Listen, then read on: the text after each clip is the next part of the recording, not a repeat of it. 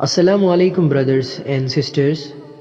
شیت علیہ السلام وہ ناکام رہے، وہ اپنے لوگوں کو روک نہیں پائے، ان کے لوگ قابل کی طرف جانے لگے اور قابل کے لوگ بڑھنے لگے، شیت کے لوگ کم ہونے لگے ہوس اور کامنا کی وجہ سے، اور پھر شیت گزر گئے اور اللہ سبحانہ و تعالیٰ نے ایک اور پیغمبر بھیجا جو آدم کے وقت بھی تھے۔ کون؟ پروفٹ ادریس علیہ السلام۔ بائبل میں جنہیں اینوک کے نام سے جانا جاتا ہے، وہ ایک پروفٹ تھے اور ان کا درجہ کافی اوپر تھا۔ وہ ایک رسول تھے، اللہ کے ایک پیغمبر تھے، اور وہ نیا شریعہ لے کر آئے۔ شریعہ مطلب نیا قانون، اور ان کے شریعہ میں وہ پہلے انسان تھے جنہوں نے سینیہ رننیتی کی گھوشنا کی تھی، ملٹری اسٹریٹجی کی، بھرشٹاچار سے لڑنے کے لیے، قابل کے لوگوں کے خلاف انیائے کو ختم کرنے کے لیے۔ ان کا جنم ہوا آدم علیہ السلام کے انتقال سے قریب 250 سال پہلے، اور وہ کچھ وقت آدم علیہ السلام کے وقت بھی جیے، اور جب آدم علیہ السلام گزر گئے اور شیت ان کے پیغمبر بیٹے بھی نہیں رہے، تو ادریس علیہ السلام نے ذمہ داری سنبھالا۔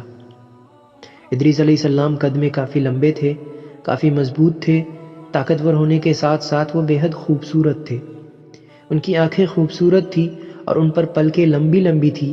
ادریس علیہ السلام شانت سوبھاؤ کے تھے، جب ضرورت پڑتی تھی تب ہی بولتے تھے، ان کی نظریں زمین کی اور جھکی رہتی تھی۔ وہ لمبے لمبے قدم لے کر چلا کرتے تھے، وہ ہمیشہ کسی سوچ میں رہتے تھے، وہ ایک وچارک تھے، اور ان کے چہرے کے بھاؤ کو دیکھ کر ہمیشہ ایسا لگتا تھا کہ وہ بے حد اداس ہے۔ اس کا مطلب ہے کہ وہ ہمیشہ کسی چیز پہ وچار کرتے رہتے تھے، کسی گہری سوچ میں رہتے تھے۔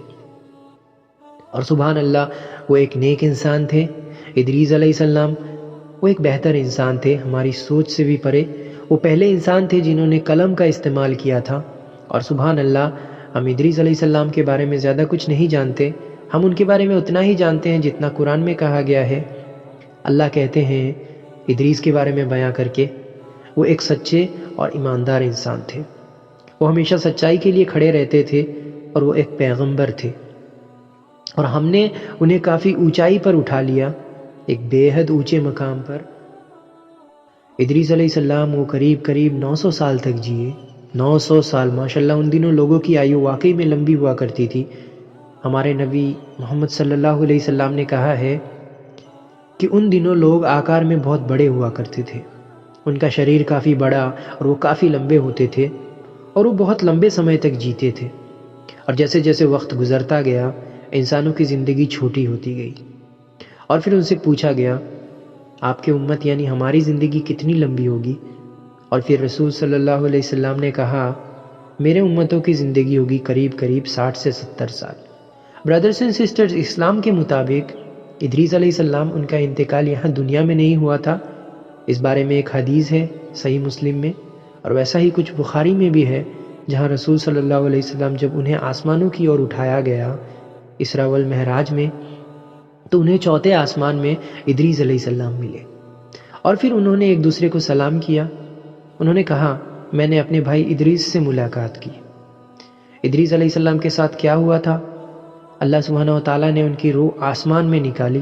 آسمان میں کہاں؟ اللہ عالم، صرف اللہ کو ہی پتہ ہے۔ انہیں اوپر اٹھا لیا گیا تھا۔ اللہ سبحانہ و تعالیٰ قرآن میں کہتے ہیں، اور ہم نے ادریس کو ایک بے حد اونچے مقام پر اٹھا لیا۔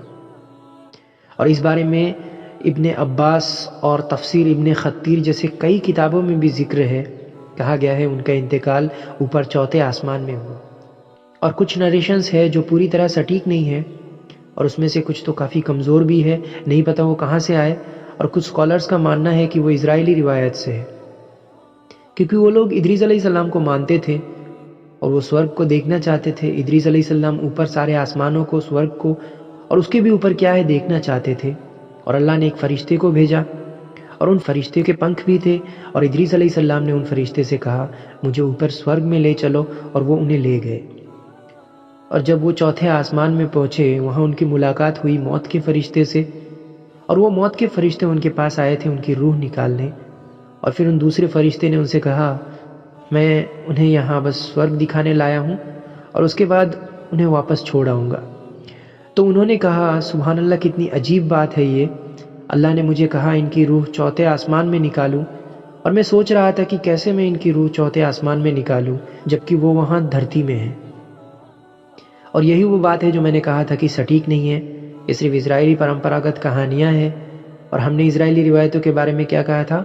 ہمارے نبی صلی اللہ علیہ وسلم نے کہا ہے تم اسرائیلی روایتوں کے بارے میں پڑھ سکتے ہو اور بات کر سکتے ہو جتنا بھی تم چاہو، حالانکہ یہ حدیث بخاری اور مسلم میں بھی ہے۔ سب کچھ یقین مت کرو جو وہ کہتے ہیں، لیکن ان کی ہر باتوں کو انکار بھی مت کرو جو وہ کہتے ہیں، جب تک وہ قرآن میں ہمارے کسی بھی وشواس کے خلاف نہ ہو۔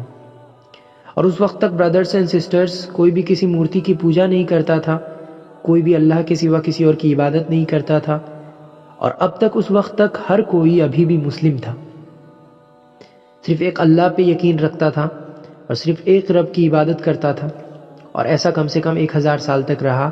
1000 سال آدم علیہ السلام کے وقت، اور 1000 سال آدم علیہ السلام کے بعد ادریس علیہ السلام کے وقت۔ جب ادریس علیہ السلام گزر گئے اور کچھ سال بیت گئے، اور سبحان اللہ، اللہ نے کوئی بھی پیغمبر یا میسنجر نہیں بھیجا ان سالوں کے درمیان، کوئی بھی پیغمبر یا کوئی میسنجر کی ضرورت نہیں پڑی۔ وہاں صرف نیک انسان تھے جو پیغمبروں کے ذریعے بھیجا گیا اللہ کے پیغام کو لوگوں تک اور اپنے آگے کی پیڑھیوں کو پہنچاتے تھے، اور ان کے پاس گرنتھ تھے جس میں انہوں نے آدم علیہ السلام اور ادریس علیہ السلام کے پیغام کو لکھا، اور وہ ادریس علیہ السلام کے شریعہ یعنی ان کے قانون کا پالن کرتے تھے، اور لوگ اسلام کے مطابق اپنی زندگی گزارتے تھے۔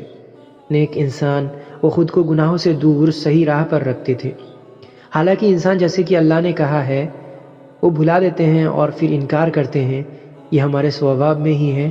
اور اللہ نے وعدہ کیا تھا آدم علیہ السلام اور حوا سے، جب وہ انہیں یہاں نیچے دنیا میں بھیج رہے تھے، انہوں نے ان دونوں سے کہا تم دونوں ہمیشہ میری نگرانی میں رہو گے، میں تمہارا خیال رکھوں گا اور لگاتار تم کو اور تمہارے سنتانوں کو صحیح راہ دکھاتا رہوں گا، میں تمہیں اکیلا نہیں چھوڑوں گا۔ اور اسی لیے اللہ کے میسنجر اور پیغمبر یہاں دنیا میں بھیجے جانے لگے۔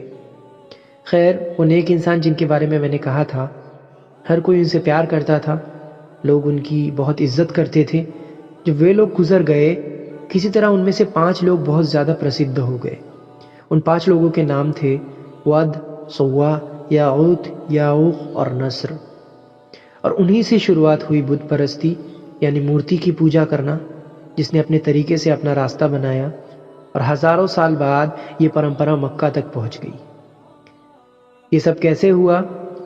وہی وہ وقت تھا جب شیطان کو بیچ میں آنے کا موقع ملا، وہ لوگوں کو ترکیبیں دینے لگا۔ جب اسے لگا لوگ مورتیوں کو بہت زیادہ پسند کرتے ہیں، تو اسے خیال آیا، وہ لوگوں کے بیچ ایک آدمی کے روپ میں آیا۔ وہ ان لوگوں کے پاس گیا جو ان 5 نیک انسانوں کو بہت عزت اور پیار کرتے تھے، اور اس نے کہا ہر سال تم ان نیک انسانوں کو یاد کرنے کے لیے ایک نردشٹ دن کیوں نہیں طے کر لیتے، یعنی اینیورسری؟ اس سے لوگوں میں ایک اچھا سندیش جائے گا، لوگ ان مہان لوگوں کو ہمیشہ یاد رکھیں گے اور ان کی مہانتا کے بارے میں جان پائیں گے۔ سال در سال بیتتے گئے اور لوگ ان کی مرن تتھی کو منانے لگے۔ پھر اس کے بعد کی پیڑھی آئی جن میں اگیانتا اور بھی زیادہ تھی، اور پھر شیطان نے کہا تم ان مہان لوگوں کی مورتی کیوں نہیں بنا لیتے جیسے لوگ انہیں اور بہتر یاد رکھ سکے؟ اور پھر لوگوں نے ان کی مورتی بنوائی اور کہا کیا مہان سوچ ہے۔ اور اسی طرح ایک پیڑھی گزر گئی 100 سال کے قریب، اور پھر شیطان نے پھر کہا تمہارے پوروج بہت زیادہ گیانی ہوا کرتے تھے، انہوں نے ان مورتیوں کو کسی وجہ سے استھاپت کیا تھا، تمہیں انہیں کچھ چڑھاوا چڑھانا چاہیے ان کے سمان کرنے کے لیے، جیسے کچھ بھوجن، وہ سب ان کے سامنے پیش کرو، یا ان مورتیوں کے نام سے چڑھاوا کرو ان کے سمان میں، اس سے خدا تمہیں پسند کریں گے کیونکہ وہ ان لوگوں کو پسند کرتے تھے۔ اور لوگ اس بات سے سہمت ہو گئے۔